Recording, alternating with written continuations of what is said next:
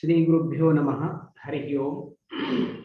योऽन्तः प्रविश्य मम वाचमिमां प्रसुप्तां सञ्जीवयत्यखिलशक्तिधरस्वधाम्ना अन्याश्च हस्तचरणश्रवणत्वगादीन् प्राणान्नमो भगवते पुरुषाय तुभ्यं। वंशी विभूषितकरान्नवनीरदाभात् पीताम्बरादरुणबिम्बफलाधरोष्ठात् पूर्णेन्दुसुन्दरमुखादरविन्दनेत्रात् कृष्णात् परं किमपि तत्त्वमहं न जाने। महदिदमस्माकं भागधेयं यदत्र अस्मिन् कार्यक्रमे अस्माकं पूज्याः आचार्याः प्रोफेसर विद्येश्वर झा महाभागाद्य अस्मान् मार्गदर्शनं कर्तुं पुनरपि समागताः सन्ति। तेषाम् अत्र अस्मिन् कार्यक्रमे अहं प्रणामपुरस्सरं स्वागतं व्याहरामि। ये खलु इतरे शोधार्थिनः अत्र समुपागताः सन्ति, तेषामपि अत्र स्वागतमस्ति। आचार्याः इदानीं व्याख्यानम् आरब्धुं पारयन्ति।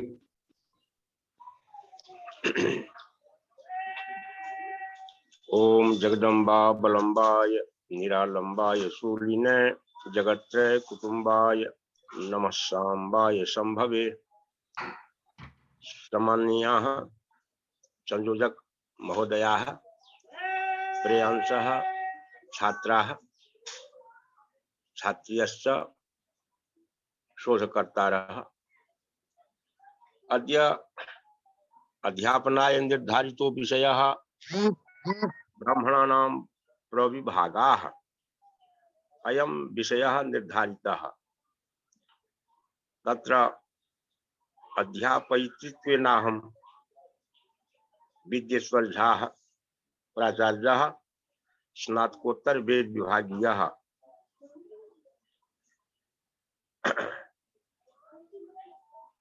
ह्यस्तने व्याख्याने संहितानां प्रविभागाः आसन्।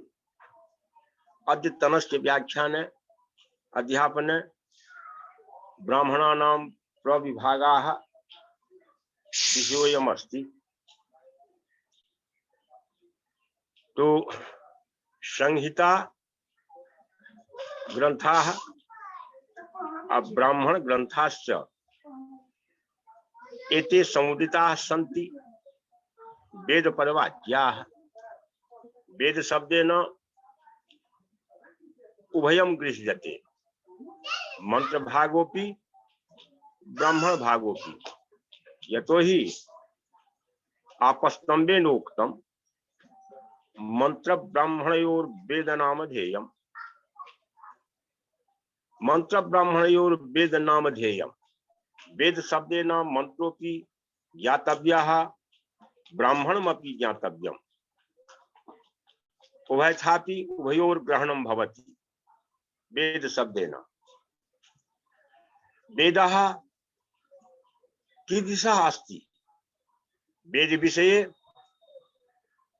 नैयायिकानां संप्रदाये एका प्रचलिता उक्तिरस्ति। वेदस्य कृते अन्यानि शास्त्राणि यथा राजानं परिचराः अनुचरन्ति, एवमेव वेदस्वरूपं राजानं अन्यानि प्रजारूपाणि शास्त्राणि अनुचरन्ति, अनुगच्छन्ति, पश्चात् पश्चात् धावन्ति। सर्वाणि शास्त्राणि वेदम् अनुधावन्ति। ईदृशः अस्माकं वेद विषयः। अयमेव सम्राट्, अयमेव राजा, अयमेव ईश्वरः वेद एव। अतः एव उक्तं नैयायिकानां संप्रदाये वेदे कांचन पत्तने परिलसत् वेदांत दुर्गो महान् मीमांसा परिखा विभाति परतः शाब्दम लसत् गोपुरम जोगो जामिनी जागरूक निचयः सांख्यम विवेकात्मकम धर्मम चोरयितुम प्रवृत्त सुगतम नैयायिकाः कुकुराः। अत्र नैयायिकानां कृते एका उलाहना दत्ता। भाषायाम् उलाहना भवति, परिवादः उलाहना कृता। नैयायिकाः कुकुराः। ये खलु नैयायिकाः न्यायशास्त्रस्य अध्येतारः तान् प्रति उक्तं नैयायिकाः कुक्कुराः। अयम् आक्षेपो नास्ति, वस्तु सत्य कथनं विद्यते नैयायिकानां कृते सर्वेषां कृते। यद्यपि अत्र परिवादस्य उल्लङ्घना इत्यस्य आशंका दृश्यते, परन्तु तादृशी वार्ता नास्ति। अयमस्ति अस्य पद्यस्य भावः यत् वेदे काञ्चन पत्तने, अस्माकं वेदशास्त्रं काञ्चन पत्तनं, काञ्चन पत्तनं नाम काञ्चन नगरी, स्वर्ण नगरी, अर्थात यह जो हमारा वेद शास्त्र है वह स्वर्ण नगरी है, सोने का टौन है, स्वर्ण का टौन है, स्वर्ण का नगर है। यह जो स्वर्णमयी नगरी है, वेद रूपी नगरी, स्वर्णमयी नगरी, वेदे कांचन पत्तने, उस नगरी में, उस पत्तन में परिलसत वेदांत दुर्गो महान, उस टाउन का, उस नगरी का जो दुर्ग है वो कौन है? तो वेदांत, हमारा जो वेदांत दर्शन है वही उसका दुर्ग है। उस दुर्ग में, उस किला में ईश्वर का जो दर्शन होता है वही भगवान वेद हैं। वेदे कांचन पत्तने परिलसत वेदांत दुर्गो महान। और देखिएगा, पश्यन्ति अस्माकं जनाः जत्र पत्तनं भवति, जत्र टाउन पदवाच्यम इति शहर इति पदवाच्यम नगरम भवति राज्ञां कृते, तत्र तस्य राज्ञः दुर्गोपि भवति, किला पदवाच्यम। जब अहम किला शब्देन बच्मि, जिसको मैं किला कहता हूं, उसी को दुर्ग कहा जाता है। तो वेदांत जो है वह वेदमयी स्वर्ण नगरी का किला है, वेदांत दर्शन, वेदांत दुर्गो महान। और देखिएगा कि किला के चारों ओर परिखा होती है, गड्ढा। वही कहता है इस पद्य में कि मीमांसा परिखा विभाति परतः, मीमांसा परिखा विभाति। मीमांसा दर्शन जो है, वेदांत दर्शन के लिए मीमांसा दर्शन, तो उत्तर मीमांसा को वेदांत कहा जाता है और पूर्व मीमांसा को कर्मकांड भाग कहा जाता है। तो यह जो कर्मकांड भाग है वह परिखा है, खाई है, गड्ढा है। उसमें गोता लगाने के बाद ही उसी के माध्यम से, तेनेव माध्यमेन अहम तम दुर्गम प्राप्तुम शक्नोमि, मैं उसी के रास्ते से जाकर के उस दुर्ग को प्राप्त कर सकता हूं। जब तक हमें मीमांसा दर्शन का जानकारी हमें नहीं होगा तब तक उसमें हम दुर्ग में प्रवेश नहीं कर सकते। इसीलिए मीमांसा का भी जो अध्ययन है बहुत आवश्यक है।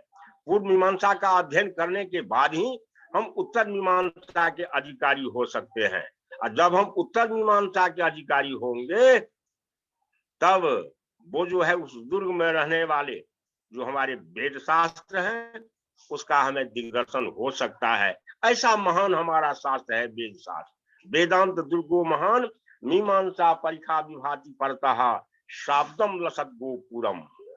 शोधार्थिनः अनुसंधेयोयम विषयः यत् शाब्दम लसत गोपुरम। गोपुर शब्देन गेट इत्युच्यते, प्रवेशद्वारम। येन प्रवेशद्वारेण दुर्गम प्रति प्रविशामि तदेव अस्ति अस्माकं शब्दशास्त्रम। शब्दशास्त्रम नाम व्याकरण शास्त्रम। व्याकरण ज्ञानेन मीमांसायाः ज्ञानं स्यात्। मीमांसायाः ज्ञानेन ब्रह्मणः आत्मनः परमात्मनश्च ज्ञानं स्यात्। आत्मनः परमात्मनोः ज्ञानेनैव साक्षात् ईश्वरस्य दर्शनं भवति। ईश्वरेण सह साक्षात्कारो भवति, वेदेन सह साक्षात्कारो भवति। अतएव उक्तम अस्मिन् सूक्ते यत् शाब्दं लसत् गोपुरम, तत्र दुर्गे, तस्मिन् दुर्गे संरक्षणाय सन्ति जागरूकाः सन्ति पहरेदार इति। यथा जिस तरह से किला में पहरेदार होते हैं उसी तरह से वेदांत रूपी जो दुर्ग है उस दुर्ग का रखवाला करने वाला कौन है? तो उसमें कहा गया है कि मीमांसा परीक्षा विभाति परतः शाब्दम रसद गोपुरम जोगो जामिनी जागरूक निचया।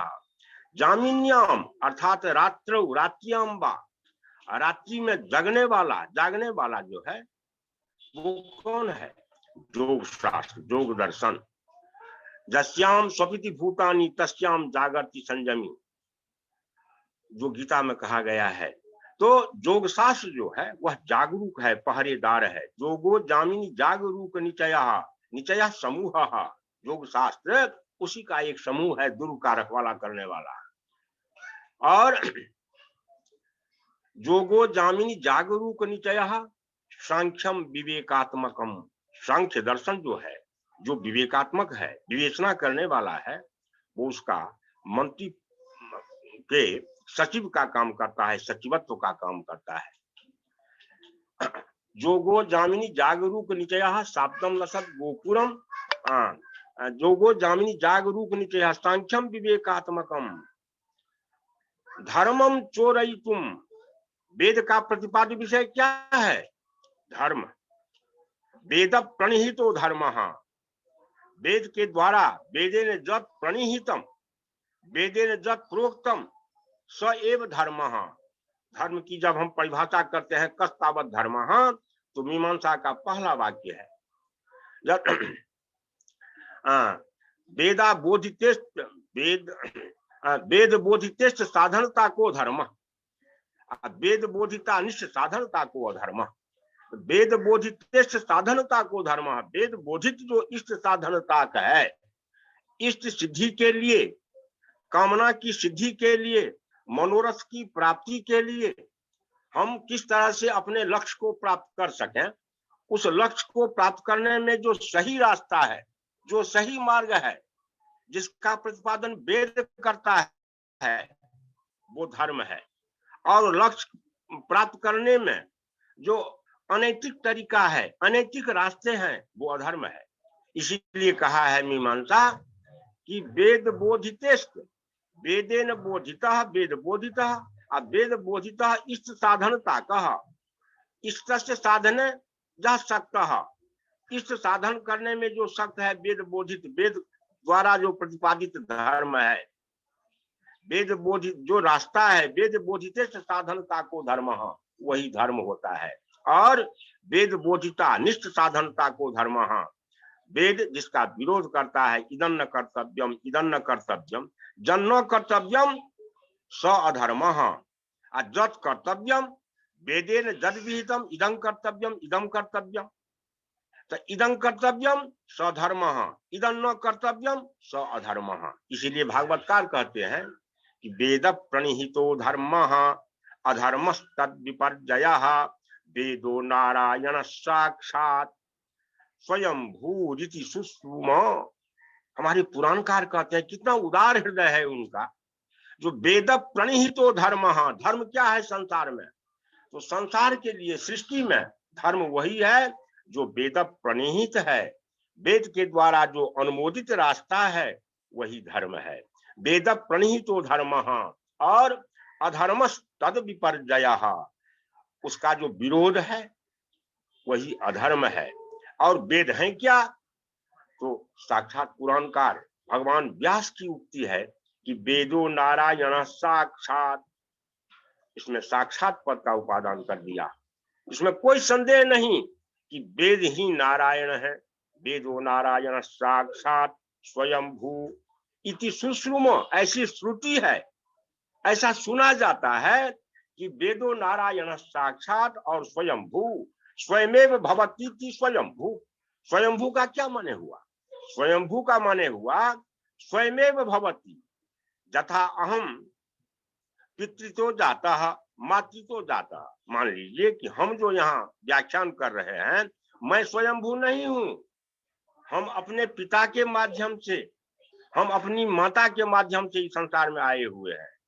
और कोई भी जो दुनिया में दृश्य प्राणी है वो सभी अस्वयंभू है, उसकी प्रकृति माता पिता होते हैं, हम माता पिता के विकृति हैं। सारा संसार अपने माता पिता का विकृति है, विकृति है, और माता पिता उसके प्रकृति हैं।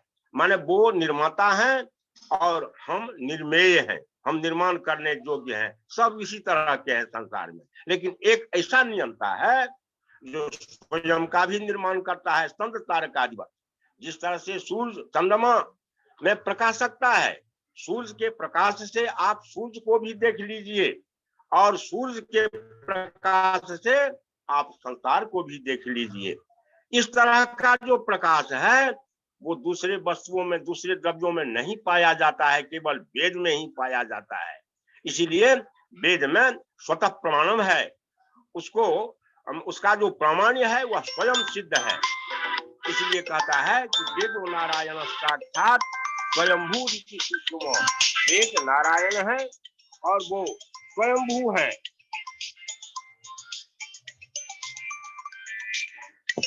तो वेदो नारायण साक्षात स्वयंभू ऋषि सुषुमो। वेद स्वयमेव नारायण है और वही स्वयंभू है। जिस तरह से हम लोग डिक्शनरी में पढ़ते हैं, अमर कोश इत्यादि में पढ़ते हैं कि ब्रह्मात्मा, वो स्वयंभू है। तो स्वयंभू किसे कहा जाता है? स्वयमेव भवति। तो स्वयमेव होने वाले हम लोगों की जो धारणा है, सांसारिक जो धारणा है, सांसारिक धारणा के मुताबिक ईश्वर स्वयंभू हैं। ईश्वर का निर्माता कोई नहीं है, ईश्वर सबों के नियंता हैं और सारा संसार, सारी सृष्टि ईश्वर के नियंत्रण में है। तो वो ईश्वर कौन है? ईश्वर शब्द जो है, ईश्वर ईश ऐश्वर्य, समों पर में शासन करने वाला। तो समों पर में शासन करने वाला कौन है? या तो हम जिसको ईश्वर कहते हैं कि सशंक चक्रम सकिरीट कुंडलम, ऐसा समझिए, या उसका जो तात्पर्य है वो शब्द के स्वरूप में, अव्यक्त रूप में। ईश्वर का दो रूप होता है, व्यक्त अव्यक्त स्वरूपाय। व्यक्त भी होते हैं और अव्यक्त भी होते हैं। इस संसार को व्यक्त करने के लिए वो व्यक्ताव्यक्त स्वरूप जो है वही तो वेद है। वो अव्यक्त है इसलिए कि शब्दात्मक है। शब्द जो है वो किसी के सामने में प्रत्यक्ष नहीं होता है। शब्द किसे कहा जाता है? तो शब्द की परिभाषा करते हुए शास्त्रकारों ने कहा कि श्रोत्रेंद्रिय मात्र ग्राह्यो गुण शब्द, श्रोत्रेंद्रिय मात्र ग्राह्यो गुण, जिसका ग्रहण, हमारी जो 5 ज्ञानेंद्रियां हैं जिसके द्वारा हम ज्ञान को प्राप्त करते हैं, ज्ञान प्राप्त करने का साधन जो बाहर जो इंद्रियां हैं, 5 तरह की इंद्रियां, माने रूप, रस, गंध, स्पर्श और शब्द, यह जो 5 विषय है, इन पांचों विषयों का ज्ञान हम 5 इंद्रियों से करते हैं। रूप का ग्रहण, रूप को हम कैसे जानते हैं? तो रूप का ग्रहण होता है चक्षु के द्वारा, दर्शनेन्द्रिय के द्वारा। शब्द का ज्ञान होता है श्रोत्रेंद्रिय के द्वारा। स्पर्श का ज्ञान होता है त्वगिंद्रिय के द्वारा। गंध का ज्ञान होता है नासिका के द्वारा। रस का ज्ञान होता है जिह्वा के द्वारा। इस तरह से ये जो 5 विषय हैं, इन 5 विषयों का जो हमें ज्ञान होता है, उसके लिए उसका साधन है यही 5 ज्ञानेंद्रियां। परंतु वो जो है ईश्वर, माने वेद रूप ईश्वर जो अव्यक्त है, माने शब्द कहीं व्यक्त नहीं होता है। शब्द का जो व्यक्तिकरण है वो आंख के द्वारा नहीं बल्कि कान के द्वारा होता है।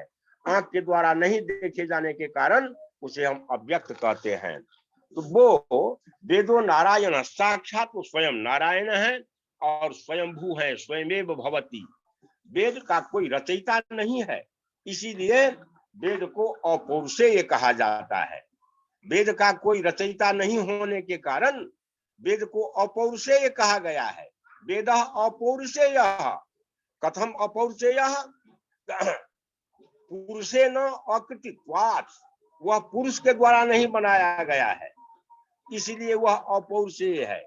पौरुषेय ग्रंथ, जैसे मान लीजिए कि वाल्मीकि रामायण है, वाल्मीकि की रचयिता वाल्मीकि है, मानस का रचयिता गोस्वामी जी हैं, अष्टाध्यायी के रचयिता महर्षि पाणिनि हैं, भाष्य के रचयिता भगवान पतंजलि हैं। इसी तरह से जितने भी शास्त्र हैं उन शास्त्रों के रचयिता कोई न कोई ऋषि हैं, किंतु वेदों के रचयिता कोई नहीं है, वो स्वयंभू है। वह यद्यपि न्याय दर्शन में ईश्वरकृत कहा गया है, इसको ईश्वर ने इसको बनाया, लेकिन ऐसा भी है कि ईश्वर ने इनको नहीं बनाया। मैंने ईश्वर, और जिसे हम ईश्वर कहते हैं, तो हमारी दृष्टि में तो वेद ही ईश्वर है, लेकिन दूसरे सिद्धांत में अगर कोई ईश्वर है जिसे हम माने अवतारवाद में लेते हैं या जो कुछ के रूप में हम लेते हैं, तो व्यक्ताव्यक्त के रूप में दोनों होते हैं, इसलिए इनको स्वयंभू कहा जाता है। और आपस्तंभ ने इसी बात को रखते हुए कहा कि मंत्र ब्राह्मण और वेद नाम ध्येय, मंत्र भाग और ब्राह्मण भाग को वेद कहा जाता है। अध्येतारः अस्माकं कथनस्य अयम् अभिप्रायः कि वेद परवाच्यः कः भवति एतस्मिन् विषये शास्त्रकारस्य यः सिद्धान्तः स मया उपस्थापितः। तो वेद शब्देन ब्राह्मणमपि गृह्यते, वेद शब्देन च मंत्राः अपि गृह्यन्ते। ब्राह्मण और मंत्र को वेद कहा जाता है। तो हमने मंत्र के संबंध में कल कुछ कहा था कि मंत्राः मननात्, या प्रयोगानुष्ठान काल में जिसका स्मरण किया जाता है, जिसे पढ़ा जाता है, उसे मंत्र कहा जाता है। और मंत्र के द्वारा ही हमें सम्यक ज्ञान की प्राप्ति होती है, वही होता है मंत्र भाग। आज अद्य ब्राह्मण भागस्य संबंधे ब्राह्मणस्य विषये अस्माकं किमपि वक्तव्यम् अस्ति। ब्राह्मणानां प्रविभागाः। तो ब्राह्मण शब्द का क्या अर्थ होता है? ब्राह्मण शब्द का दो तरह से अर्थ किया जा सकता है।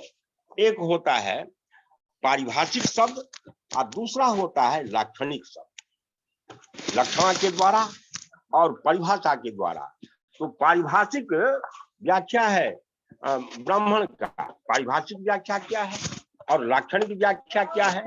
तो लाक्षणिक व्याख्या, यह जो ब्राह्मण शब्द है वह ब्राह्मण से बना है। ब्राह्मण शब्द जो है वो अगर पुल्लिंग होगा तो चतुर्मुख जो ब्रह्मा है उसका वाचक हो जाएगा, ब्रह्मा, ब्रह्माणो, ब्रह्माणः। तो अगर पुल्लिंग में हम प्रयोग करेंगे ब्राह्मण शब्द का प्रयोग, तब हो जाएगा ब्रह्मा का द्योतक। अगर हम नपुंसक लिंग में इसका प्रयोग करते हैं, ब्रह्म का प्रयोग, ब्रह्म ब्रह्मणि ब्रह्माणि, ब्रह्म ब्रह्मणि ब्रह्माणि, ब्रह्मणा ब्रह्मभ्याम ब्रह्म भी। नपुंसक लिंग का जो है ब्राह्मण शब्द वह वेद का वाचक है, इसीलिए ब्रह्मचारी कहा जाता है। ब्रह्मचरति की ब्रह्मचारी, जो ब्रह्म का अनुचरण करे, वेद को सीखे, उसे ब्रह्मचारी कहा जाता है। वेदाध्यायी को ब्रह्मचारी कहा गया है। तो वो जो है ब्रह्म, जिसका मूल है ब्राह्मण, उसी ब्राह्मण से अण प्रत्यय करने पर में ब्राह्मण बनता है। लेकिन होता है क्या? तो जब हम तद्धित प्रत्यय करते हैं किसी प्रातिपदिक से, तद्धित प्रत्यय माने व्याकरण का विषय थोड़ा सा हो जाता है, इसलिए सावधान रहना होगा। शब्द को बनाने में, शब्द की सिद्धि करने में व्याकरण की बहुत बड़ी महत्ता है। बिना व्याकरण से शब्द की सिद्धि नहीं हो सकता। जो हमने पहले जो सुभाषित कहा था कि शाब्दम लसत गोपुरम, वेदांत के दुर्ग में प्रवेश करने के लिए शब्द शास्त्र ही उसका प्रवेश द्वार है। बिना शब्द शास्त्र के द्वारा उसमें हम प्रवेश नहीं कर सकते। इसलिए वेद शास्त्र माने वेद में व्याकरण की बहुत बड़ी आवश्यकता होती है। केवल वेद पढ़ करके आप वैदिक नहीं हो सकते। और व्याकरण का उद्देश्य है कि रक्षार्थम वेदानाम अध्ययनम व्याकरणम। व्याकरण क्यों पढ़ा जाता है? आजकल बहुत विकट परिस्थिति हो गई है, कोई व्याकरण पढ़ लेता है, अब वेद की ओर ध्यान ही नहीं देता है। जबकि व्याकरण पढ़ने का उद्देश्य आन कुछ नहीं है दूसरा, केवल वेद की रक्षा करना। इसीलिए उसमें आया है कि अथ शब्दानुशासनम के खाम शब्दानाम लौकिकानाम वैदिकानां च लौकिकास्तावत् गौरस्व पुरको हस्ति ब्राह्मण इत्यादि वैदिका खल्वपि सन्नो देवी रवितय इच्छे तोर्जेत्वा अग्न आया ही वितये अग्नि मिले पुरोहितम इत्येवमादयः वैदिका शब्दाः। तो शब्द दो तरह के होते हैं, वैदिक शब्द होते हैं, लौकिक शब्द होते हैं। अब यह जो व्याकरण शास्त्र की जो रचना की गई, क्यों की गई? तो माने अथ कानि पुनः शब्दानुशासनस्य प्रयोजनानि। शब्दानुशासन के क्या प्रयोजन है? शब्दानुशासनम नाम शास्त्रम अधिकृतम शास्त्रम वेदितव्यम, अर्थात व्याकरणम शास्त्रम वेदितव्यम। शब्दानुशासन का अर्थ होता है व्याकरण शास्त्र। तो ऋषि पूछते हैं पतंजलि कि यह जो व्याकरण शास्त्र है, शब्दानुशासन है, यह क्यों बनाया गया, इसका क्या प्रयोजन, व्याकरण से क्या सिद्ध होने वाला है। कहा कि भाई व्याकरण से बहुत बड़ी सिद्धि होने वाली है। कौन सी सिद्धि? तो माने रक्षोहागमन संदेहा प्रयोजनम, व्याकरण पढ़ने के लिए 5 मुख्य माने गए हैं। क्या? तो रक्षा, ऊह, आगम, असंदेह और लघु। इन 5 प्रयोजनों के लिए रक्षा का माने होता है कि रक्षार्थम वेदानाम अध्ययम व्याकरणम, वेदानाम रक्षणार्थमेव, वेदों की रक्षा के लिए ही व्याकरण पढ़ना चाहिए। जो व्याकरण नहीं जानेगा वो वैदिक शब्दों के संबंध में नहीं जान सकता है, वैदिक शब्दों के संबंध में उसे व्यामोह हो जाएगा। इसीलिए व्याकरण का प्रयोजन वैदिक शब्दों की जानकारी प्राप्त करने के लिए है। उसी तरह से ऊह के लिए भी, माने वेद में ऊह किया जाता है। ऊह माने होता है ऊहस तर्क, तर्क करने के लिए, ऊहापोह करने के लिए व्याकरण पढ़ो कि वैदिक जो मंत्र हैं उसमें हम ऊह कर सकें, उसमें हम तर्क दे सकें। ऊहा खल्वपि न सर्वैर्लिंगैर् न च सर्वाभिर्विभक्तिभिः वेदे मंत्रा निगदिता ते तावश्यम जगतेन पुरुषेण तथातथं विपरिणमयितव्याः तान्ना व्याकरणः तथातथं विपरिणमयितुं शक्नोति। ऐसा पतंजलि ने कहा। ऐसा पतंजलि ने कहा कि ऊहा खल्वपि न सर्वैर्लिंगैर् न च सर्वाभिर्विभक्तिभिः, वैदिक जो मंत्र हैं उनका जो लक्ष्य है, जैसे सौर्यम चरुम निर्वपेत, ऐसा है मीमांसा का कि सौर्यम चरुम निर्वपेत, सौर्य चरु को, सूर्य देवता निमित्तक चरु को पकाना चाहिए। वहां सूर्यायत्वा चरुम निर्वपामि, मैं सूर्य के लिए चरु को बनाता हूं, ऐसा जो निर्देश किया गया है श्रोतादि सूत्रों में, सौर्यम चरुम निर्वपेत, वहां यदि इंद्र के लिए चरु पकाना होगा तो लिखा है कि सौर्यम चरुम निर्व सूर्यायत्वा चरुम निर्वपामि, परंतु वहां इंद्रायत्वा चरुम निर्वपामि, सूर्य के बदले इंद्र का प्रयोग करना पड़ेगा।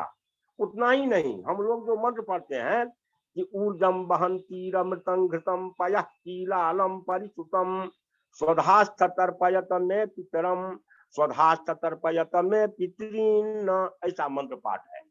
मंत्र पाठ है कि स्वधास्थ तर्पयत, तुम स्वधा स्वरूप हो, आप्यायन करने वाली हो, हे जल, हे आप तुम सबों को तृप्त करती हो, इसीलिए तर्पयत में पितरीन, हमारे पितरों को तृप्त करो। तो वहां बहुवचन प्रयोग है, लेकिन हम लोग ऊह करके जब हम पितृपक्षीय कर्म करते हैं वहां हम ऊह करते हैं, वहां शब्दांतर, वहां वचनांतर कर देते हैं। स्वधास्थ तर्पयत में पितरम, पिता पितरौ पितरः, पितरम पितरौ पितरीन। तो मंत्र में पाठ है स्वधास्थ तर्पयत में पितरीन, हम पाठ करते हैं स्वधास्थ तर्पयत में पितरम। तो मंत्र पाठ तो है पितरीन, करते हैं हम पितरम, तब तो मंत्र भंग हो गया, मंत्र का जो पाठ है वो नष्ट हो गया। शोध का है अयम पाठ भ्रष्ट न संजाता, अतएव अस्माभि व्याकरण अधीयते, व्याकरण इसीलिए पढ़ते हैं, वहां ऊह करो, वहां बहुवचन का निर्देश है। इसीलिए पतंजलि ने कहा कि न सर्वैर्लिंगैः न च सर्वाभिर्विभक्तिभिः, तो वहां तो बहुवचन का प्रयोग है, एक वचन का प्रयोग है न, सभी विभक्तियां वहां नहीं है। वहां ऊह करके बहुवचन के बदले एक वचन कर लो, और जहां एक वचन का प्रयोग है कभी कभी वहां बहुवचन का भी प्रयोग करना पड़ता है, इसीलिए व्याकरण पढ़ा जाता है। अगर व्याकरण नहीं पढ़ेगा तो पितृन का एक वचन क्या होगा और पितरम का बहुवचन क्या होगा, वो नहीं समझ सकता है। इसीलिए व्याकरण का यही प्रयोजन है कि वेद को हम संगत करें। तो रक्षा, ऊह और आगम, आगम खल्वति, आगम का माने होता है उपदेश का उपदेश करता है। जो ब्राह्मणे न निष्कारणो धर्म खड़ंगो वेदो ध्येयो ज्ञेयस्य, हमारा निष्प्रयोजन, हमारा काम है कि खड़ंग जो वेद हैं, भगवान वेद जो है उनके जो 6 अंग हैं, छंदः पादौ तु वेदस्य हस्तः कल्पोथ पठ्यते, ज्योतिखामयनम चक्षु निरुक्तम श्रोत्रमुच्यते शिक्षा घ्राणम तो वेदस्य मुखम व्याकरणम स्मृतम तस्मात् संगमधिके व ब्रह्मलोके महीयते। जिसे मोक्ष की प्राप्ति की कामना हो वो उनको अंगों के साथ भगवान वेद का अध्ययन करना होगा।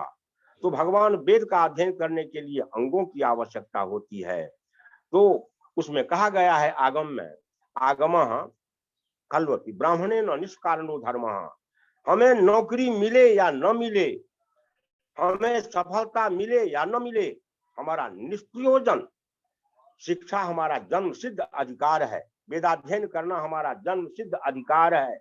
इस अधिकार को प्राप्त करने के लिए हमें अंग पढ़ना होगा, इसलिए अंग को पढ़ें। तो इस तरह से रक्षोहागम, रक्षा ऊह आगम और असंदेह के लिए व्याकरण पढ़ लेने से वेद में संदेह नहीं होता है। कैसे? तो आया उदाहरण दिए कि जागिका पठन्ति स्थूल प्रकृतिम अग्निवारुणीम अनद्वाहीम आलभेत। स्थूल प्रकृतिम अग्निवारुणीम अनद्वाहीम, अनद्वाही का स्पर्श करो, आलभन करो। अनद्वाही का माने होता है वत्सतरी। अनोबहती थी अनद्वान। अनह का माने होता है गाड़ी। गाड़ी में जोतने वाला जो बैल होता है उसे अनद्वान कहा जाता है, और उसी का रूप है अनद्वाही। हो सकता है कि बच्चिया को भी उसमें जोत देता हो। तो है कि स्थूल प्रकृति, पृखत का माने होता है धब्बा। तो स्थूला प्रकृति इति स्थूल प्रकृति, मोटी मोटी धब्बा। मोटी मोटी धब्बा वाली जो बच्चिया है, जिसके शरीर पर में मोटी मोटी धब्बा हम लोग देखते हैं चितकबरी, वैसे शास्त्रकारों का सिद्धांत है कि धनांते चित्रिता गावा, चितकबरी गाय नहीं पोसना चाहिए। ऐसा नित्य शास्त्र कहता है कि धनांते चित्रिता गावा, जब चित्रित गाय आ जाए तो समझ लो कि धनांत होने वाला है। लेकिन ऐसी कोई बात नहीं है।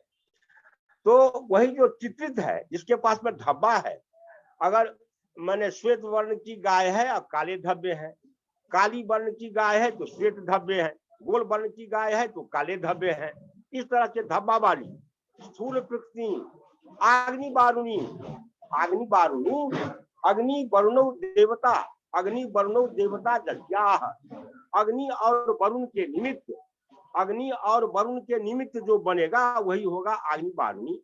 यह जो अग्नि वारुणी अनद्वाही है, जिसके पास में स्थूल प्रकृति है, तादृशाम तादृशीम वत्सतरीम आलभेत, ऐसा शास्त्र कहता है। ऐसा जागिका पठन्ति तस्याम संदेहः स्थूला चाचो प्रकृति स्थूल प्रकृति अथवा स्थूलानि प्रखन्ति दस्या सा स्थूल प्रकृति। स्थूल प्रकृति का दो तरह से आप समास कर सकते हैं। एक कर्मधारय समास, स्थूला चाचो प्रकृति स्थूल प्रकृति। एक ऐसा भी विग्रह होगा कि स्थूलानि प्रखन्ति दस्या, स्थूल और प्रकृति का जपद के साथ समास करने पर में बहुब्रीहि समास हो जाता है। होता है क्या, जहां बहुब्रीहि समास है और जहां कर्मधारय समास है, तो कर्मधारय समास में अंतोदात्तता होगी और बहुब्रीहि समास में आदिदात्तता होगी। अगर आदिदात्त शब्द है तो समझ लीजिए कि यहाँ बहुब्रीहि समास है। अगर समासांतोदात्तता है तो यहाँ कर्मधारय समास है। तो स्वर को देख करके समास का, या समास को देख करके स्वर बदल जाता है।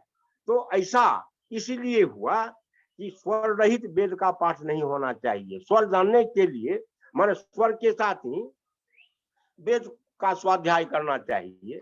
तो स्वर जानने के लिए व्याकरण की आवश्यकता होती है। तो वो कहता है कि आगम, और उसी तरह से लघुर्थम ताध्येयम व्याकरणम, लघुता के साथ माने बहुत सरलता के साथ अर्थ की अभिप्राप्ति हो जाए, इसके लिए भी व्याकरण पढ़ना चाहिए। तो यह जो है ब्राह्मण शब्द, जिसका हम प्रविभाग के संबंध में कह रहे हैं, ब्राह्मणा नाम प्रविभागा, उसका हमने कहा कि इसका दो अर्थ है, एक लाक्षणिक और एक पारिभाषिक। तो लाक्षणिक शब्द हुआ, लक्षण के द्वारा जो इसका अर्थ है, तो ब्राह्मण का माने होता है कि ब्राह्मण अर्थात वेदस्य। हम तो इतना व्याख्यान दे रहे थे ब्राह्मण के संबंध में, वो वेद है। वो जो वेद है माने मंत्र और ब्राह्मणात्मक, तो मंत्र भाग को लेकर के यहाँ ब्राह्मण का प्रयोग है। और ब्राह्मण अर्थात मंत्र भागस्य व्याख्यानम यत्र, जहां मंत्र भाग का व्याख्यान पाया जाता हो उसे ब्राह्मण कहा जाता है, ऐसा लाक्षणिक अर्थ होगा। ब्रह्म का व्याख्यान जहां हो अर्थात संहितागत जो मंत्र हैं उन मंत्रों का सही अर्थ क्या है उस अर्थ को भी उसमें बतलाया गया है ब्राह्मण ग्रंथों में। ब्राह्मण ग्रंथों में मंत्रों के विनियोग के साथ उसका अर्थ का भी स्पष्टीकरण किया गया है, इसीलिए ब्राह्मण कहलाता है। तो यह हुआ इसका लाक्षणिक अर्थ। और पारिभाषिक अर्थ क्या है? तो पारिभाषिक अर्थ एक दूसरा है। पारिभाषिक अर्थ है, कहता है कि मंत्र ब्राह्मण और वेद नाम ध्येयम, तो मंत्र तो हुआ मंत्रामरणात्, अब ब्राह्मण क्या है? उन्होंने ब्राह्मण की परिभाषा दी। तो परिभाषा के द्वारा जो अर्थ प्राप्त होता है उसे पारिभाषिक अर्थ कहा जाता है। तो परिभाषा दिया गया कि विधायकम वाक्यम ब्राह्मणम, यह परिभाषा है ब्राह्मण का। विधायकम वाक्यम ब्राह्मणम, विधायक वाक्य को ब्राह्मण कहा जाता है। मंत्र भाग संहिता भाग को तो मंत्र कहा जाता है। और जो विधायक वाक्य है, तो विधायक वाक्य का माने क्या हुआ? विधायक एक पाणिनि का सूत्र है, विधि निमंत्रणा मंत्रणा धीष्ट संप्रश्न प्रार्थने पुल्लिंग एकु खडर्थे पुल्लिंग लकारो भवति। विधि निमंत्रण आमंत्रण, विधि निमंत्रणा मंत्रणा अधिष्ट संप्रश्न और प्रार्थन, इतने अर्थों में माने लिंग लकार का प्रयोग होता है। और लिंगर्थे लेट एक दूसरा भी सूत्र है, लिंग के बदले लेट लकार का भी प्रयोग होता है। और लोट च एक तीसरा भी सूत्र है कि विध्येद के अर्थ में, विध्येद के अर्थ में जहां प्रेरणा करना हो इस स्थिति में तुम लिंग लकार का प्रयोग करो, विधि लिंग का प्रयोग करो। और उसी विध्येद के अर्थ में लोट लकार का भी प्रयोग करो।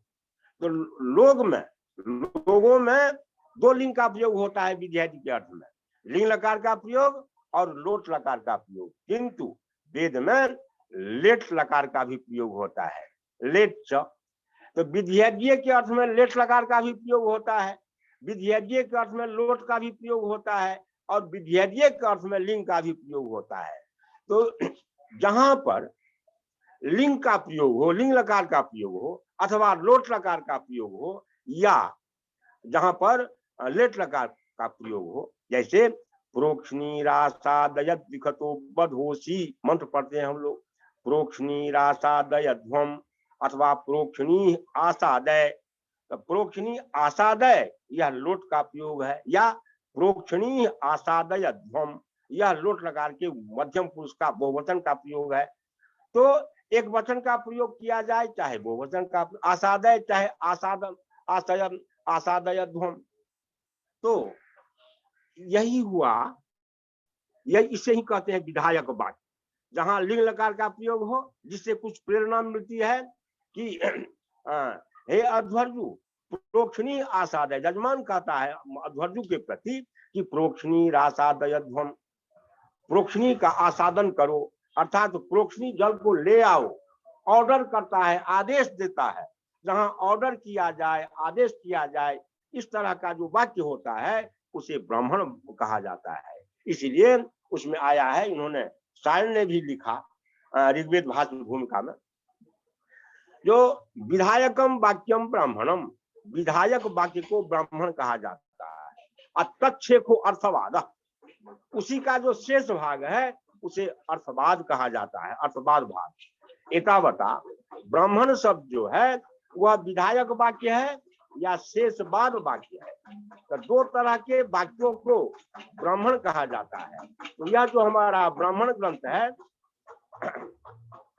शोध करने वाले छात्रों को मैंने सावधान करना चाहेंगे कि ब्राह्मण जो है उसकी जो परिभाषा दी गई, जो विधायकम वाक्यम ब्राह्मणम, विधायक वाक्य को ब्राह्मण कहा जाता है, उसी का ये जो शेषवाद है उसका अर्थवाद है। अर्थवाद का उसको भी 10 भाग में बटा है। प्रकृति पुराकल्प व्यवधारण कल्पना इत्यादि कह करके उन्होंने उसको 10 भाग में बांटा है। तो ये जो ब्राह्मण ग्रंथ है, तो जितनी हमारी संहिताएं हैं, हमने कल पढ़ाया था यह तनस्य अध्यापन काले, कल का जो अध्यापन का विषय था वहां मैंने कहा था कि 1131 शाखाएं हैं। तो 1131 शाखाएं जिसकी चर्चा पतंजलि ने महाभाष्य में किया, तो 1131 जो शाखाएं हैं उन प्रत्येक शाखाओं का अपना अपना ब्राह्मण होता है। हर एक शाखा का अपना ब्राह्मण होता है। क्यों होता है? तो हर एक शाखा में जितने मंत्र हैं उन सभी मंत्रों का विनियोग करने के लिए, उन सभी मंत्रों का विशेषार्थ प्रतिपादन करने के लिए जो ग्रंथ पाया जाता है उसे ब्राह्मण कहा जाता है। तो जैसे कहेंगे आगे, तो जितनी शाखाएं हैं उन प्रत्येक शाखा, जिस तरह से आजकल यहाँ मिथिलांचल में या यहाँ पूर्वांचल कहिए, हमारे यहाँ अभी माध्यम शाखा की प्रचुरता है और आया भी है शास्त्रों में कि कलो माध्यम शाखा, कलो चंडी महेश्वरो, 2 तरह की उपासना और उपासना की पद्धति है माध्यम शाखा। तो माध्यम शाखा के द्वारा चंडी और महेश्वर इत्यादि की उपासना जो है सो अभी के लिए प्रसिद्ध है। तो वस्तुतः माध्यम शाखा प्रसिद्ध है। लेकिन कोई एक जिज्ञासु शोधकर्ता हमसे कल पूछ दिए थे कि गुरुजी शुक्ल और कृष्ण का क्या तात्पर्य होता है। तो हमने मोटा मोटी कह दिया था यह तो विवेचना के विषय है, ऐतिहासिक विषय है, बहुत सारे व्याख्यान करने होंगे, बहुत सारी इसमें है, हम उतना समय नहीं दे सकेंगे। इसलिए हमने उसका जो माने स्वारस्य था, उसका जो सही अर्थ था, दूसरे अर्थ को छोड़ते हुए हमने कहा कि जहां मंत्र भाग और ब्राह्मण भाग अलग अलग पाया जाता हो उसे शुक्ल यजुर्वेद समझें, और जहां मंत्र और ब्राह्मण दोनों साथ साथ पाया जाता हो उसे कृष्ण यजुर्वेद समझें।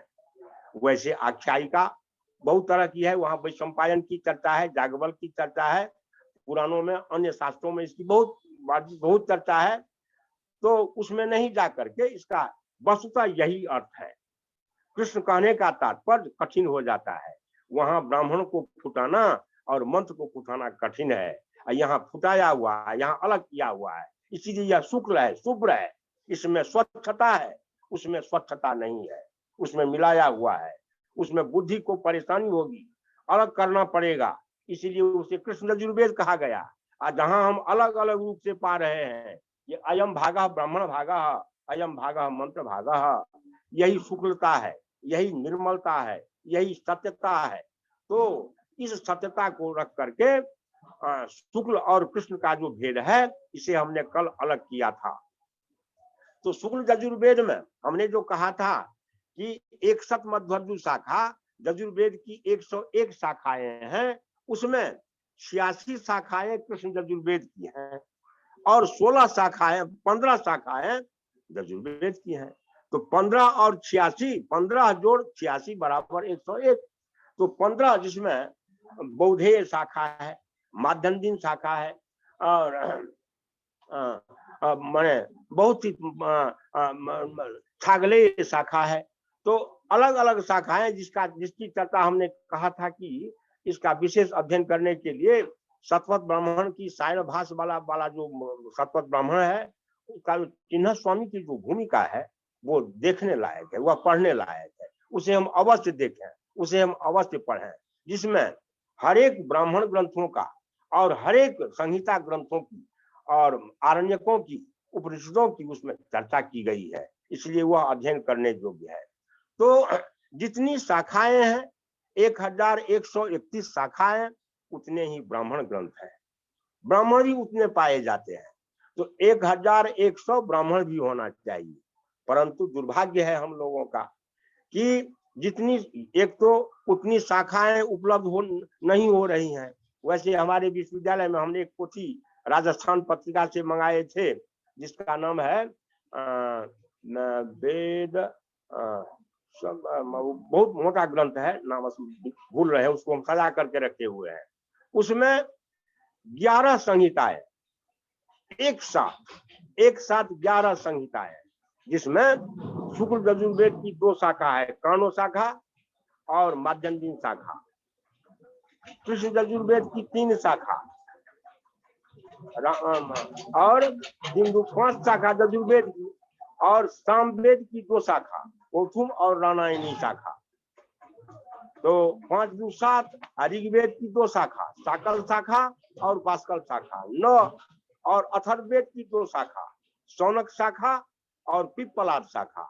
11 शाखाओं का संग्रह एक जगह करके राजस्थान पत्रिका से वो किताब निकली हुई है, जिसका मूल्य प्रायः 7,000 रुपया है। उसको अपने केंद्रीय लाइब्रेरी में मंगा करके रखे हुए हैं, और वो दर्शनीय वस्तु है, एक जगह पाया जाता है। मान लीजिए कि 1131 शाखाएं थी, जिसमें से अभी हमारे पास में 11 शाखाएं हैं, और सुना जाता है कि बहुत से पुस्तकालयों में कोई शाखाएं और उपलब्ध हुई हैं, खरोष्ठी लिपि में, ब्राह्मी लिपि में या सारस्वत लिपि में पाई गई है।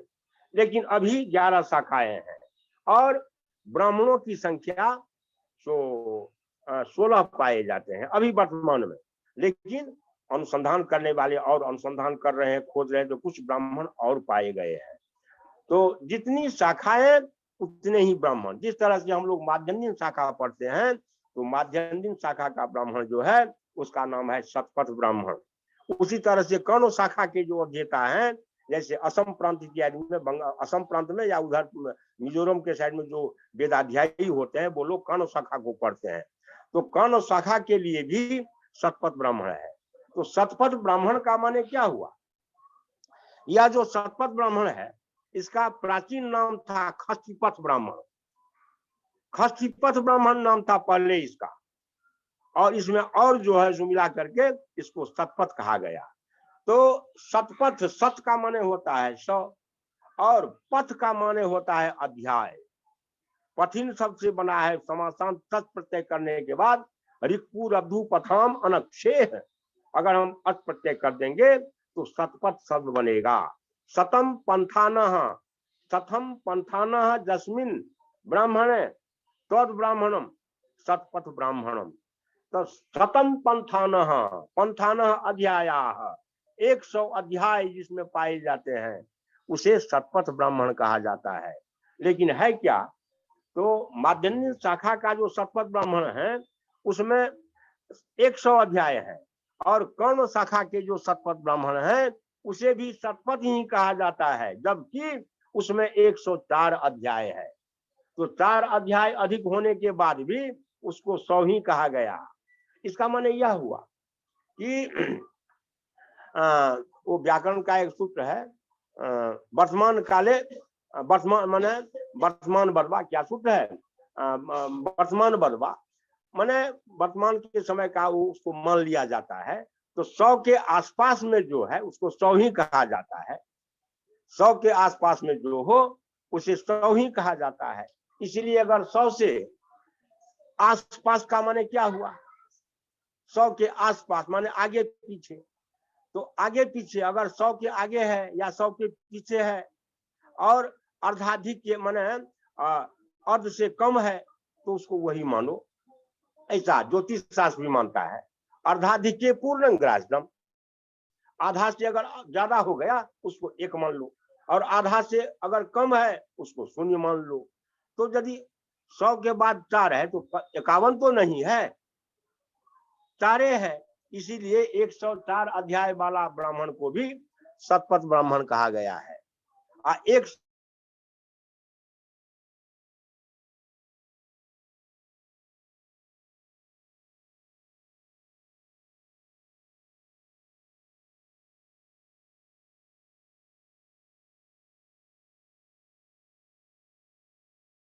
कर्ण शतपथ ब्राह्मण और माध्यम दिन शतपथ ब्राह्मण। उसी तरह से कृष्ण यजुर्वेद के भी जो ब्राह्मण हैं वो भी 3 मन पाए जाते हैं, और ऋग्वेद का वो ऐतरेय ब्राह्मण पाया जाता है, और कुछ ब्राह्मण हैं जो पाए। सबसे ज्यादा ब्राह्मण ग्रंथ सामवेद का पाया जाता है। जैसे अभी होना चाहिए 1000 ब्राह्मण सामवेद का 1000 ब्राह्मण ग्रंथ होना चाहिए, यजुर्वेद का 101 ब्राह्मण ग्रंथ होना चाहिए, जिसका औचित्य है। तो 101 ब्राह्मण यजुर्वेद का, 1000 ब्राह्मण। एक बात और हम कह देना चाहते हैं कि ब्राह्मण शब्द यहाँ ग्रंथवाचक है, इसीलिए यह नपुंसक लिंग है। ध्यान दीजिएगा, ब्राह्मण शब्द दो तरह का होता है, ब्राह्मण ब्राह्मणो ब्राह्मण ब्राह्मणो न हंतव्य अतत्य ब्राह्मण शब्द जातिवाचक। जहाँ पुल्लिंग ब्राह्मण शब्द हो वो द्विजत्व का द्योतक पुल्लिंग ब्राह्मण जातिवाचक है, और जहाँ नपुंसक लिंग आता है वहाँ वो ग्रंथवाचक है। इसीलिए आप देखेंगे कि ब्राह्मण ग्रंथों में लिखा रहता है ऐतरेय ब्राह्मणम, खड्विंश ब्राह्मणम, तंज ब्राह्मणम, छांदोग्य ब्राह्मणम, माने गोपथ ब्राह्मणम, इस तरह से ब्राह्मणम लिखा रहता है। तो जहाँ नपुंसक लिंग ब्राह्मण शब्द में मिलता हो वो ग्रंथवाचक है, और जहाँ पुल्लिंग मिलता हो ब्राह्मण शब्द में वो जाति का सूचक है। तो ये जो है ब्राह्मण ग्रंथ जो नपुंसक लिंग वाला है और ग्रंथ के वाचक है ब्राह्मण ग्रंथ, वो जो ब्राह्मण ग्रंथ है वो शाखाओं के मुताबिक उसे होना चाहिए। तो यजुर्वेद के 101 ब्राह्मण होने चाहिए, सामवेद के 1000 ब्राह्मण होने चाहिए, ऋग्वेद के 21 ब्राह्मण और अथर्ववेद के 9 ब्राह्मण होना चाहिए। दुर्भाग्य है हम लोगों का, ये ब्राह्मण पाए नहीं जाते हैं। क्यों नहीं पाए जाते हैं, इसका भी स्पष्टीकरण दिया हुआ है एक जगह। अब तो ग्रंथ पढ़ाई नहीं होता है, जिसका नाम है शिवराज विजय, पंडित अंबिका दत्त व्यास का लिखा हुआ शिवराज विजयम जो गद्य काव्य है, वो देखने जो हम तो पढ़े थे, उसमें एक, अब तो भूल रहे हैं, हम लोग पढ़े थे उस ग्रंथ को, शिवराज विजय ऐतिहासिक ग्रंथ है। लेकिन यहाँ के चाटुकार इतिहासकारों ने, कम्युनिस्ट के सिद्धांतों को मानने वाले इतिहासकारों ने सत्य इतिहास का अपलाप कर दिया, उसको नहीं माना, वो ऐतिहासिक ग्रंथ नहीं है। और जो छद्म इतिहास है, झूठा इतिहास है, वो भारत पर में थोपा गया। उसको भारत को बर्बाद करने के लिए, भारतीय संस्कृति को नष्ट करने के लिए इन कम्युनिस्टों का जो सिद्धांत था, इसको छत विक्षत कर दिया गया, नष्ट कर दिया इस भारतीयता के इतिहास को। तो सत्य इतिहास को अगर देखना हो तो आप पुराण को देखें, महाभारत को देखें, वाल्मीकि रामायण को देखें, और हमारे जो इतिहासकार हुए हैं संस्कृत इतिहासकार, उनके ग्रंथों को देखें। जो अंबिका दत्त व्यास का जो इतिहास है शिवराज विजयम, छत्रपति शिवाजी के संबंध में उन्होंने जो चित्रण किया, उसमें लिखा हुआ है कि महात्मन वाधुना विक्रम राज्यम, अभी कहाँ है विक्रम का साम्राज्य। आज से 2200 वर्ष पहले महाराजा विक्रम थे, उनके समय में जो भारत की जो थी संस्कृति सभ्यता, उसको तो नष्ट कर दिया गया। उसमें लिखा हुआ है कि क्वाधुना विक्रम राज्यम अधुना तो वेदान वितीर्ज विथिकु विक्षिप्यन्ते। अरे अभी का जो समय है वह मुगलों का शासन था। उन मुगल काल में, मुगल काल के समय का उन्होंने वर्णन कर दिया उसमें, जिसको ये वामपंथी इतिहासकार लोग उसे स्वीकार करने के लिए तैयार नहीं है। जो सत्य बात उन्होंने कहा कि अधुना वेदान वितीर्ज विथिकु विक्षिप्यन्ते। अरे वेदों का जो ग्रंथ है उनको बीथियों में, गलियों में, बीथियों में अर्थात गलियों में, जहां तहां उसको नष्ट भ्रष्ट करके, घोड़ा को दौड़ा करके नष्ट कर दिया। वेदान वितीर्ज, उसको फाड़ चीर करके, विथिकु विक्षिप्यन्ते भाष्यानि भृत्वा भाष्यकु भ्रज्यन्ते। भाष्य ग्रंथों को क्या समय हो गया है क्या? अगर समय हो गया है तो ब्राह्मण के संबंध में मैं यही कहना चाहूंगा, कितना समय हुआ है, ब्राह्मण ग्रंथों के संबंध में मैं यही कहना चाहूंगा कि जितनी शाखाएं हैं उतने ही ब्राह्मण हैं। और मोटा मोटी यह समझ लीजिए कि ब्राह्मण शब्द जो है वो जिसमें ब्रह्म का व्याख्यान हो, मंत्र भाग का जिसमें व्याख्यान हो और उपयोगिता बताई गई हो, उसे ब्राह्मण कहा जाता है। यह लाक्षणिक अर्थ हुआ। और पारिभाषिक अर्थ हुआ ब्राह्मण की परिभाषा, इसे लिख लीजिए कि विधायकम वाक्यम ब्राह्मणम तच्छेखो अर्थवादः, यही इसे ही ब्राह्मण कहा जाता है। और जितने ब्राह्मण ग्रंथ हैं सभी वेद का जो रहस्य है, वेद का जो तात्पर्य है, उसको दर्शाता है। इसलिए वेदाध्यायी को ब्राह्मण का भी अध्ययन करना चाहिए। भाष्यकार जो हमारे हुए हैं, महिधर हुए हैं, उबट हुए हैं, चाहे सायण हुए हैं या आनंदगिरी हुए हैं, जितने भी भाष्यकार हुए हैं, उन्होंने ब्राह्मणों को पढ़ करके और स्रोत ग्रंथों को पढ़ करके तब उन्होंने भाष्य की रचना की, तब उन्होंने वेदार्थ का प्रतिपादन किया। इसी के साथ आज हम अपनी वाणी को विराम देते हैं। कभी अगर और मिलेगा समय तो मैं वेद की वांग्मयी पूजा करने के लिए आप लोगों के सामने में प्रस्तुत रहूंगा, और मेरा जन्म इसी में नष्ट हो जाए, हम इसी को मोक्ष समझते हैं कि मेरा जीवन वेद के लिए समाप्त हो जाए। और क्या चाहिए संसार में? इससे बहुत बड़ी वस्तु भगवान की उपासना दूसरी नहीं होती है। दुर्गा की उपासना, भगवान शंकर की उपासना, सब वेद में गतार्थ हो जाता है। तो आज का जो व्याख्यान है यहीं पर मैं इसको हम समापन करते हैं। धन्यवाद जी।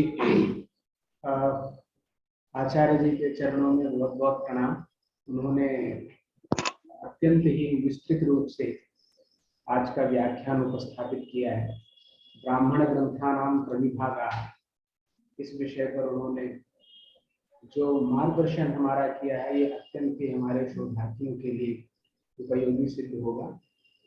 और हमने तो शुरू से अंत तक सुना है आचार्य जी का व्याख्यान। उन्होंने व्याकरण विषयक विषयाः बहवः अत्र उपस्थापिताः। ब्राह्मण ग्रंथों का प्रविभाग के दौरान व्याकरण विषय भी उन्होंने उपस्थापित किए, मीमांसा के वचन भी उद्धृत किए, और हम समझते हैं कि यह कक्षा अत्यंत ही लाभक प्रदायिनी सभी के लिए होगी। आचार्य जी आए, उन्होंने व्याख्यान किया, मैं उनके चरणों में प्रणाम पूर्वक बहुत बहुत साधुवाद और कृतज्ञ समर्पित करता हूँ। तो आज की कक्षा अब यहीं पर समाप्त होगी। उपस्थिति के संदर्भ में जैसा निर्देश दिया गया है उसका आप लोग पालन कर सकते हैं। ठीक है, धन्यवाद सभी। उपस्थिति भाग लेगी।